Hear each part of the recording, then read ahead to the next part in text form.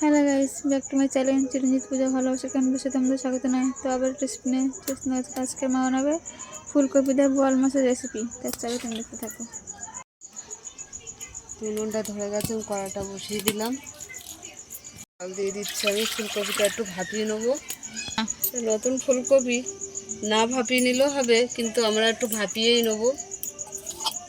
আলু ভালো নেই, আমরা ফুলকপিটা ভাপিয়ে নিচ্ছি। ফুলকপি আর আলু। তো এখানে আমি বোয়াল মাছ নিয়ে নিয়েছি, তা নুন দিয়ে দিচ্ছি,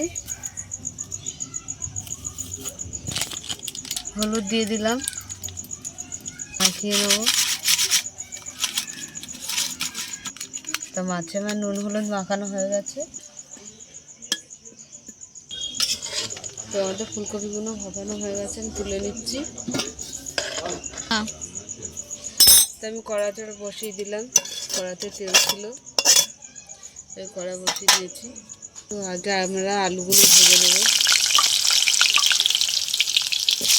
তো আলুগুলো ভাজা হয়ে গেছে, আমি তুলে নিলাম।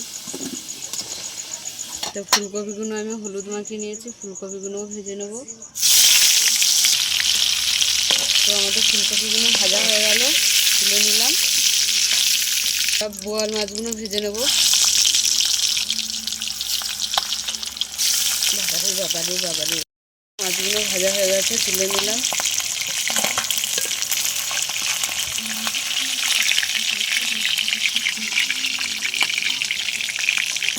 একটা শুকনো লঙ্কা ছিঁড়ে দিয়ে দিলাম, দারচিনি দিয়ে দিলাম, পেঁয়াজ কুচি দিয়ে দিলাম।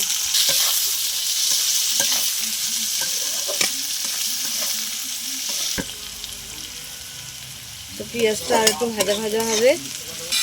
স্বাদ মতন নুন দিয়ে দিলাম, হলুদ দিয়ে দিলাম, রসুন বাটা দিলাম, আদা বাটা দিলাম। তো টমেটোগুলো দিয়ে দিলাম, দই 1 চামচ দিয়ে দিলাম। কি হলো কি?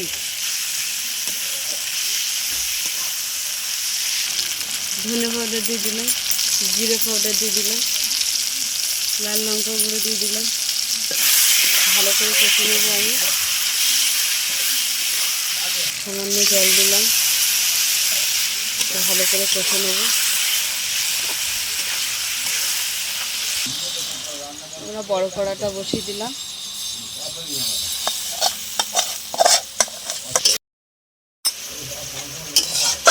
আমি কষে নেব।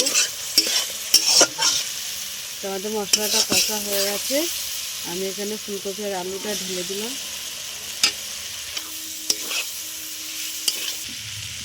জল দিয়ে দিলাম আমরা। তো আমি চাপা দিয়ে দিলাম, খুলে দিলাম। তো আমরা এবার মাছগুলো দিয়ে দেবো।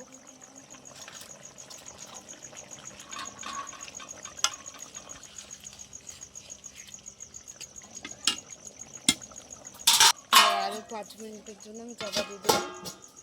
তো আমাদের 5 মিনিট হয়ে গেছে, খুলে দিলাম ঢাকাটা।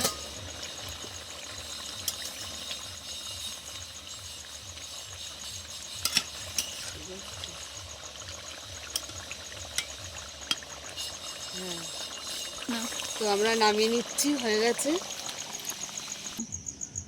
তো আমাদের বোয়াল মাছ দিয়ে ফুলকপির রেসিপি। তো তোমাদের কেমন লাগলে বলো, ভালো লাগলে লাইক করে দেবেন, শেয়ার করে দেবেন, কমেন্ট করে দেবেন, সাবস্ক্রাইব করে দিয়ে আমাদের পাশে থাকবেন। আর ভিডিওটা অবশ্যই আপনারা দেখবেন। টাটা, এই পর্যন্ত।